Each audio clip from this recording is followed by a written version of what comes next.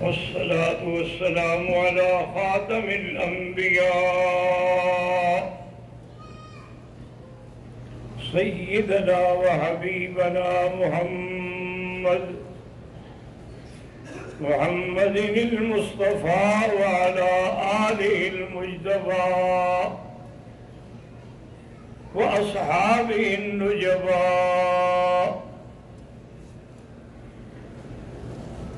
اللهم صل على سيدنا محمد النبي الأمي الهاشمي وعلى آله وأصحابه نجوم الهدى. أما بعد، فقد قال الله تبارك وتعالى في القرآن المجيد والفرقان الحميد: أعوذ بالله من الشيطان الرجيم، بسم الله الرحمن الرحيم. وما محمد إلا رسول قد خلت من قبله الرسل أفإن مات أو قتل انقلبتم على عقبيه. وقال في مقام آخر: كل من عليها فان ويبقى وجه ربك ذو الجلال والإكرام. قال النبي صلى الله عليه وسلم: خذوا عني مناسككم لعلی لا أراكم بعد عامی هذا، أو كما قال النبي صلى الله عليه وسلم. صدق الله العلي العظيم وصدق رسوله النبي الكريم، ونحن على ذلك لمن الشاهدين ومن الشاكرين، والحمد لله رب العالمين. رب اشرح لي صدري ويسر لي أمري واحلل عقدة من لساني يفقهوا قولي. رب زدنی علما. برادران اسلام، چونکہ خاتم النبیین صلی اللہ علیہ وسلم کی خاتمیت کے بارے میں معروضات پیش کر دیے تھے،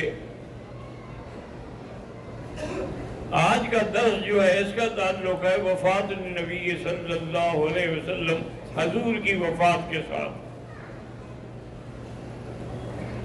کیونکہ موت برحق ہے۔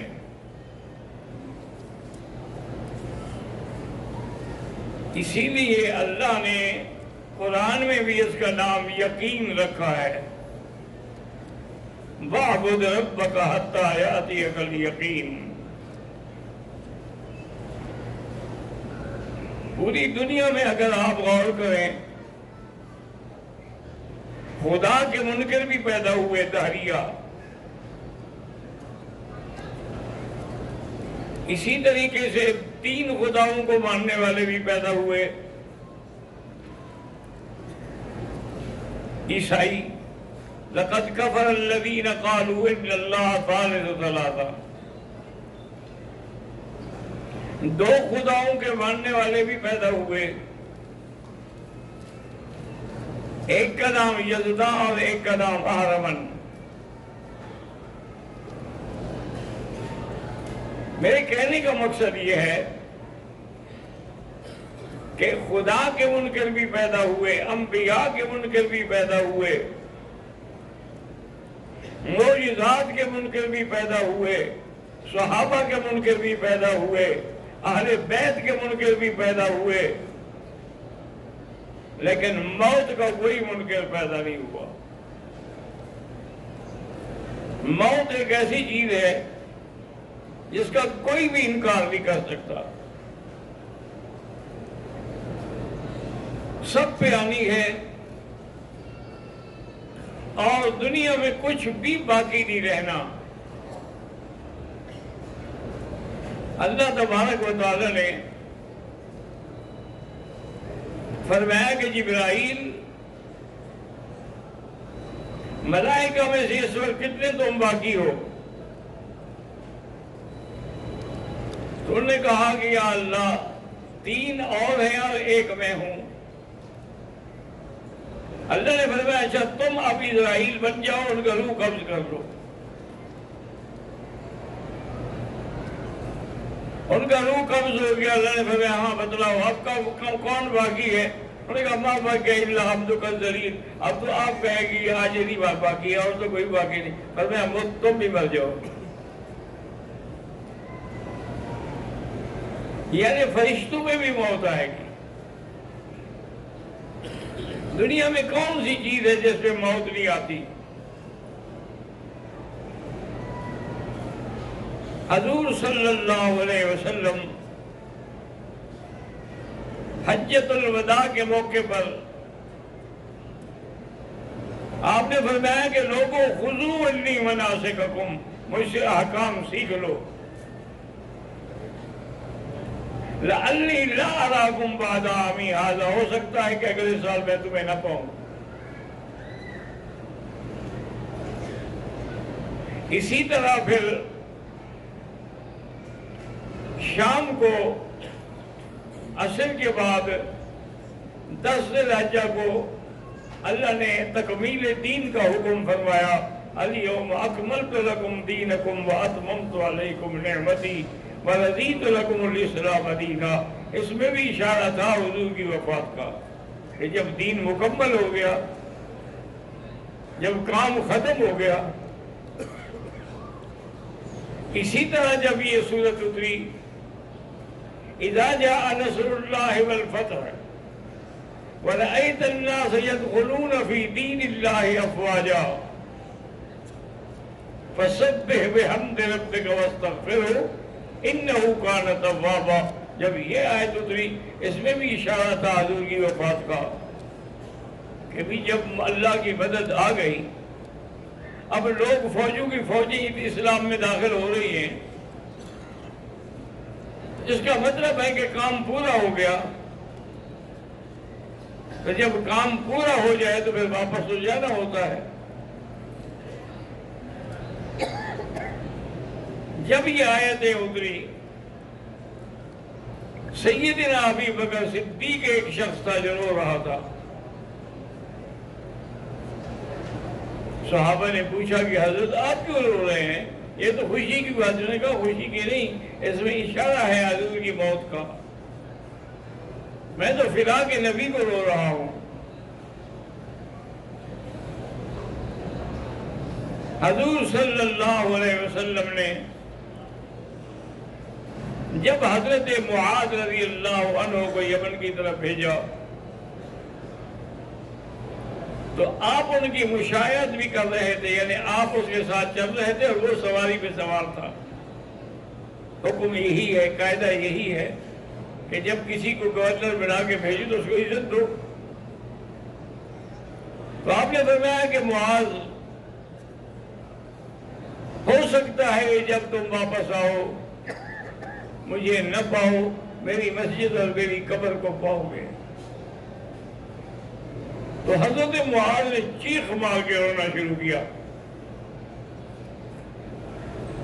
اس کے رونے کا اثر یہ ہوا کہ حضور پاک بھی رونے لگے۔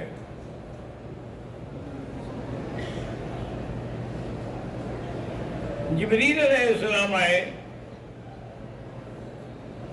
ان سے حضور نے فرمایا کہ تمہیں کوئی علم ہے کہ میری موت کب ہوگی؟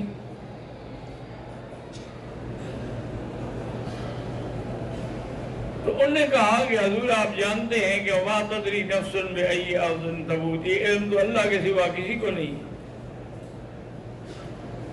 البتہ میں آپ کو یہ ضرور بتاتا ہوں کہ وَلَلْآخِرَةُ خَيْرٌ لَكَ مِنَ الْأُولَىٰ، آپ کے لیے آخرت کا حصہ جو ہے وہ زیادہ بہتر ہے۔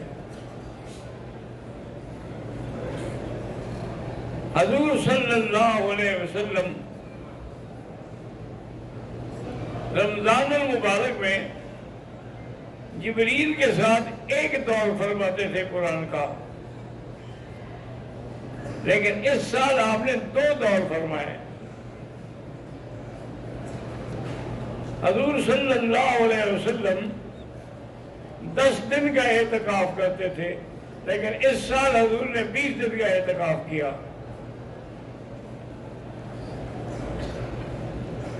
یہ سارے اشارے تھے حضور کی وفات کی طرف۔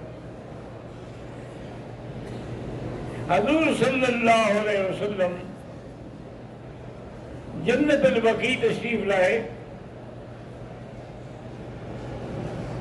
اور آپ نے لمبی دعا کی ان کے لیے،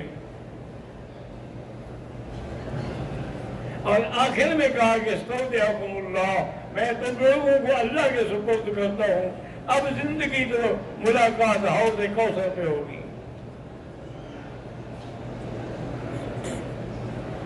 حضور صلی اللہ علیہ وسلم 28 صفر بدھ کا دن تھا، آپ کو تکلیف شروع ہوئی، اور وہ دن جو تھا وہ بی بی میمونہ کا نوبہ تھا۔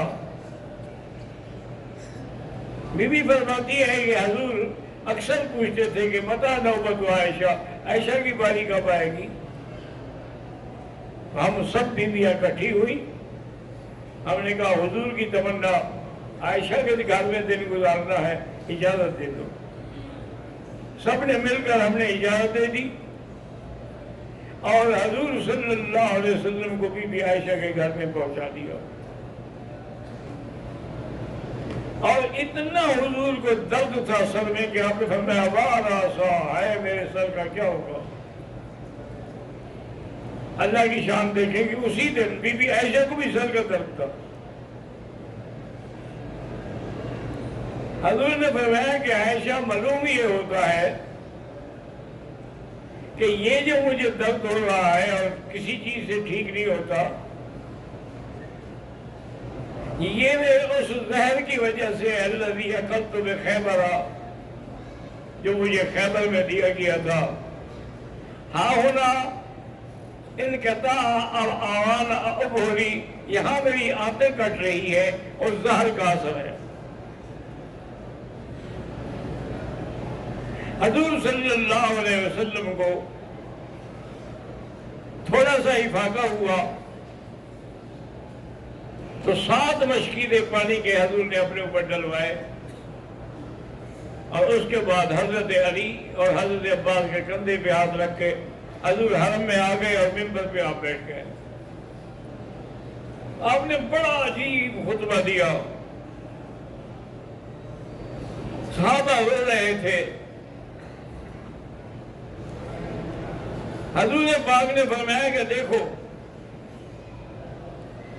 میری موت قریب ہے، اگر میں نے کسی کا قرضہ دینا ہے تو ابھی لے لو، اگر میں نے کسی کو مارا تھا تو مجھے مار لو، مجھ سے جس نے بھی کوئی انتقام لینا ہے، بدلہ لینا ہے، وہ دنیا میں لے لے، بعد میں نہ دعائیں کرتا پھرے۔ حضور صلی اللہ علیہ وسلم نے فرمایا کہ اب میری موت کا وقت قریب آ گیا ہے۔ حضرت ابو بکر چیخ پڑے، کہنے لگے یا رسول اللہ نفدی آباءنا وانفسنا واولادنا، ہم اپنے ماں باپ آپ پہ قربان کریں گے، ان کو لے لیں، لیکن آپ کا روح قبض نہ کریں۔ حضور نے فرمایا ابو بکر یہ بات نہیں ہے، جس پر جو حکم اللہ نے لکھا ہے وہ ہر حال میں پورا ہوگا۔